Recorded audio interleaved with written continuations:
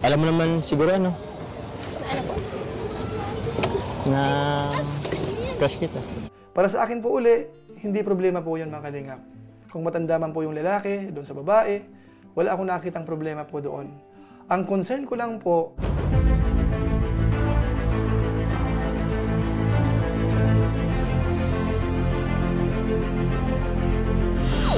ayun, shoutout guys. Muli, welcome to my YouTube channel. Ito po si Kuya Julay, ang inyong katugang, ang inyong kalingap, na muling bumabati po sa inyo ng magandang araw, magandang gabi, sang sulok man po tayo ng mundo naroon. Sa araw na ito, meron po tayong panibagong vlog. Pag-usapan po natin yung vlog po ni Kalingap Rab patungkol po kay Carla nung nasa Baguio po sila. Na kung saan, dito po meron po tayong gustong i-highlight.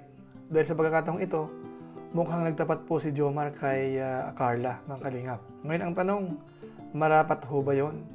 Dito po sa kalagayan ni Carla, dahil sinasabi ng mga nagko-comment na underage pa daw po si Carla, mga Kalingap. Tapos si Jomar naman, medyo parang may edad-edad na. Tapos yung iba naman, sinasabi na si Jomar daw baka meron ng asawa, meron ng girlfriend. So pag-uusapan po natin yan, mga Kalingap, mga katugang po natin. Pero bago po yun, konting paalala po si Kuya Julay, baka sakaling meron pa po ditong hindi nakasubscribe sa ating YouTube channel, huwag natin kalimutan, Julay Paunil. Tapos pakipindot po yung notification bell button para lagi po tayong updated sa aking mga video upload. So maraming salamat po sa inyo. Tapos pakisama rin po yung ating Facebook page, Julay Paunil 2.0. Paki-follow po yun, tapos paki-like din yung ating mga video upload po doon. So maraming salamat po sa inyo. At syempre, gaya ng dati, si Kuya Bal Santos Matubang, si Kalingap Rab, si Ate Edna Vlog, si Roel of Malalag, at saka po si Chapel Sniper, suportahan din po natin. At ganun na rin po yung mga Lingap partners. So maraming salamat po sa lahat po ng mga viewers po natin sa pagkakataong ito. Ngayon, tuloy na po tayo. Pag-usapan na po natin ito pong dalawa patungkol kay Carla at saka po kay Jomar. Dahil nga po sa mga comment na babasa natin, marami hong kinikilig sa kanila. Kaso nga lang po, minsan-minsan, meron din po tayong mga nababasa at saka mga nagsasabi po, nagme-message sa atin yung iba, na para bang alanganin sila. Dahil una daw po, si Carla ay parang underage pa. Tapos pangalawa, masyadong malayo daw po yung agwat at baka raw po si Jomar meron ng asawa o kaya meron ding girlfriend. So kung isipin po natin, magandang katanungan po yun mga Kalingap. So pag-uusapan po natin yon. Bagamat siyempre ito pong episode ni Kalingap Rabang Kalingap, ito po ay pampag-good vibes. Kaso nga lang po, sa napapanood po natin, dito po sa part ni Carla, doon sa mga nakarang episode, parang alam natin na parang gumagaan po yung kanyang loob kay Jomar, mga Kalingap. At dito po sa episode ni Kalingap Rab, dito po sa part 10 ng kanyang vlog dito sa dalawa, talagang mga Kalingap, masasabi natin na parang pinagtibay yung mga nasa isip po ng ilan sa mga viewers. Na kung saan, pareho po sila parang magaan ang loob. Dahil nga po sa pagkakataong ito, si Jomar po, merong sinabi kay Carla, mga Kalingap. Pero bago po natin puntahan yon at saka yung ating reaction patungkol po dito, panoorin po muna natin nung si Carla po ay parang niyayaya ni Jomar na tipong lalabas po sila o kaya magkakausap po sila ng sarilinan. Ito panoorin po natin. Kumusta naman yung experience mo dito sa Baguio? Sobrang saya. Sobrang saya? Bakit? Pwede ba mamaya usap tayo? Yung tayong dalawa lang. Yung hindi kasama yung Angels, hindi ko kasama yung K-Boys. Yung makapicture lang tayo, konting usap. Bihira lang kasi dito sa Baguio tayo pumunta eh. Para may remembrance din naman tayo. Okay lang ba? Sige. Dahil mga kababayan po natin, napanood po natin, medyo dumidiskarte po dito si Jomar, mga Kalingap. Paano masabi? Tapos ituloy pa po natin, dahil parang sinabi dito ni Jomar na kung sakaling babalik daw, sino raw ba ang gustong makasama. Alam mo Carla, balang araw, sabi ko sa sarili ko, gusto kong bumalik dito sa Baguio. Pero that time, siguro gugustuhin kong kasama yung mahal ko. Kami dalawa lang. Kasi ang saya dito. Sobrang romantic ng place. Gusto kong bumalik kasama yung mahal ko. Sana all. Ngayon, nung tinanong naman po si Carla, sumagot naman. Pero nag-iba po yung kanyang boses, mga Kalingap. Parang nagbakil po ng konti. Ito, panoorin po natin. Ikaw? Ano po dati, pangarap ko lang din na makapunta dito. Sabi ko sa sarili ko, pag may stable job na ako, kapag nakapag-ipon na ako ng pera, tapos sasama ko po sila mama, Tapos ipapasyal ko rin sila dito. Kasi gusto ko rin maiparanas kila mama yung ganito. So yun po mga kalingap, nahalata po ba natin yun? Yung parang reaction po ni Carla, yung sinasabi niya. So medyo parang hindi normal mga kalingap, parang nagbakil lang konti yung kanyang boses. Ngayon po ituloy pa po natin. Dahil dito naman po parang yung pagiging conservative naman ni Carla ay parang umiral pa rin po. Panoorin po natin. Paano kung tayong dalawa lang? Hindi po pwede. Bakit? Siyempre, sasama ko dito sila. Ayaw mo bang tayong dalawa lang? Baka naman po tayo dito. Sasayaw sa Igorot?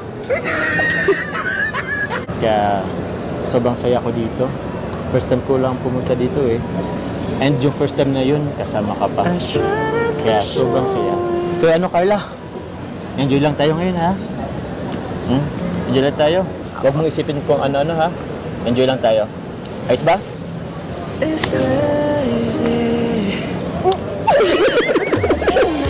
Kaya po mga kababayan, hindi po umobra yung yung parang heart sign So nakahalata po si Carla, na-anticipate niya po yon. Medyo hindi po umobra yung diskarte po ni Jomar dito mga kalingap.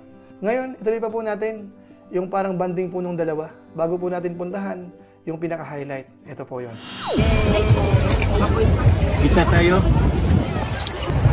Butin mo mga sa gitna na tayong binabangga.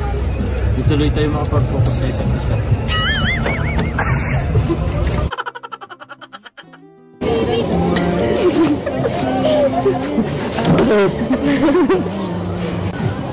Ayun ha. Ito mo naman Di naman halatang mas matanda ko siya ng konti. Alam ko hindi. Anong hindi? Tinan mo parang dito nagkakalayo. Bagay na bagay nga ganda Ganda mo. Pogi naman ako. Diba? Diba? Bakit? Yan po mga kababayan po natin. Mapapansin natin, mukhang iba ang dating hindi siya normal na magkaibigan. Kung bibigyan po natin ng kahulugan, parang merong something sa bawat isa po sa kanila. Pwede na! Ngayon, puntahan na po natin yung pinaka-highlight po natin. Dahil sa pagkakataong ito, si Jomar po merong pinagtapat kay Carla. Ito po, panoorin po natin at pakinggan. Alam mo naman siguro Ano po? na crush kita.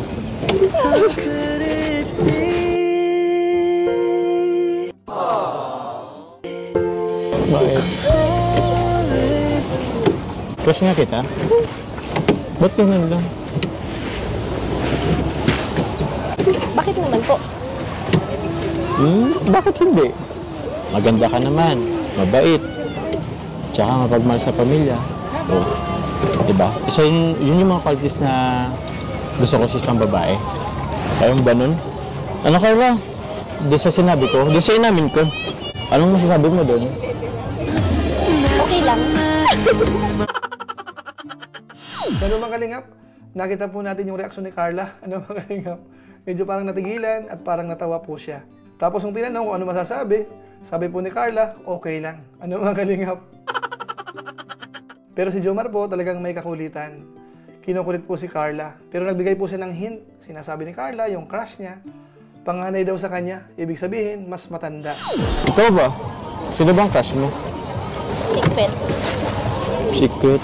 Diamond na ito. Ako nga sinabi kong, inamin ko nga sa'yo na crush kita. Tapos ikaw, tinatanong kita kung sinong crush mo. Secret. Sige na. Sabi ka ng initial. Sabi natin yung initial ng pangalan. Bigay ka nga ng clue.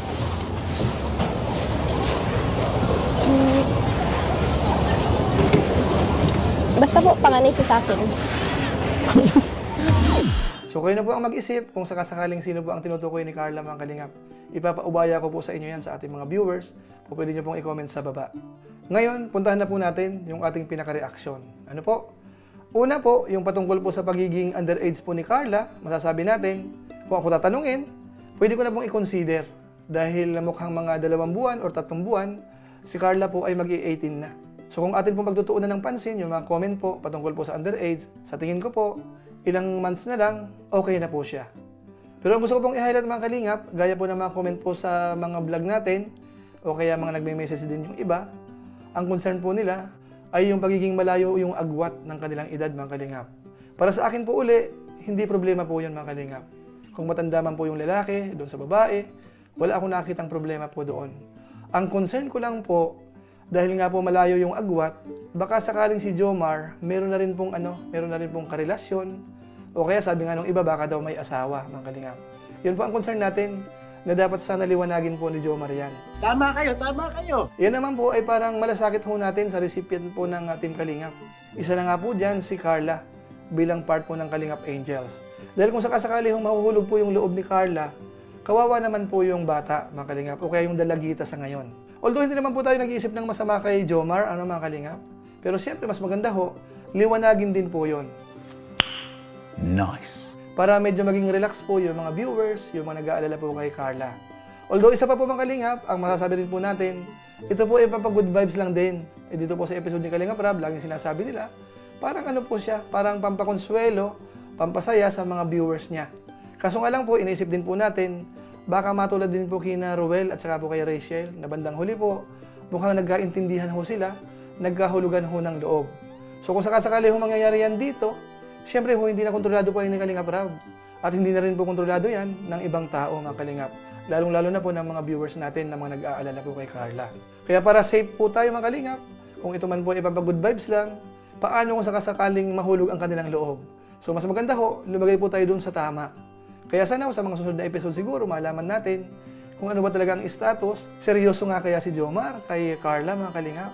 Tapos libreng-libre ho kaya siya. Tapos yung magiging malayo ang agwat ng kanilang edad. Siguro po, malinaw po sa mga viewers po natin, yung gusto po nating iparating sa inyo, mga Kalingap. So abangan ho natin sa mga susunod na episode, baka sakaling ma-address po yan. O kaya mapasadahan, mga Kalingap, yung mga ganong concern ng ating mga viewers. Base po doon sa mga nababasa po natin. At least magkaroon po ng kaliwanagan din po sa kanila. Ano po? So siguro po pansamantala, yan lang po muna ang ating episode sa ngayon. Sana maliwanag po yon at sana meron po tayong konting napulot, mga Kalingap. Kaya siguro po pansamantala, magpapaalam po muna tayo. Pero gaya po ng dati, meron lang po muna tayong isa shout out.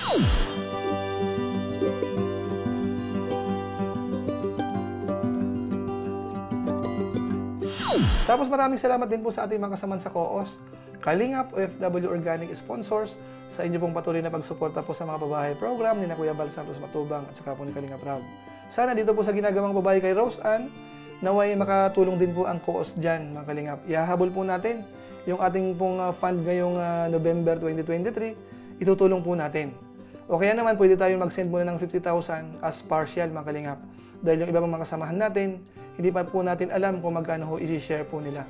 Pero sa ngayon, meron tayong siguradong 50,000, mga Kalingap. So maraming salamat po sa inyo.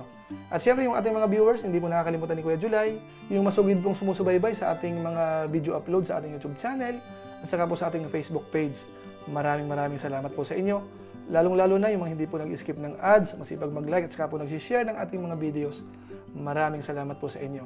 So muli, ito po si Kuya July, ang inyong katugang, ang inyong Kalingap. Napansamantala nagpapaalam po muna. Kita-kita na lang tayo sa mga susunod ko pang vlog. Maraming salamat sa inyong walang sawang pagsuporta po sa ating YouTube channel. Pagpalain nawa kayo ng Diyos. Mabuhay tayong lahat. God bless. Bye-bye!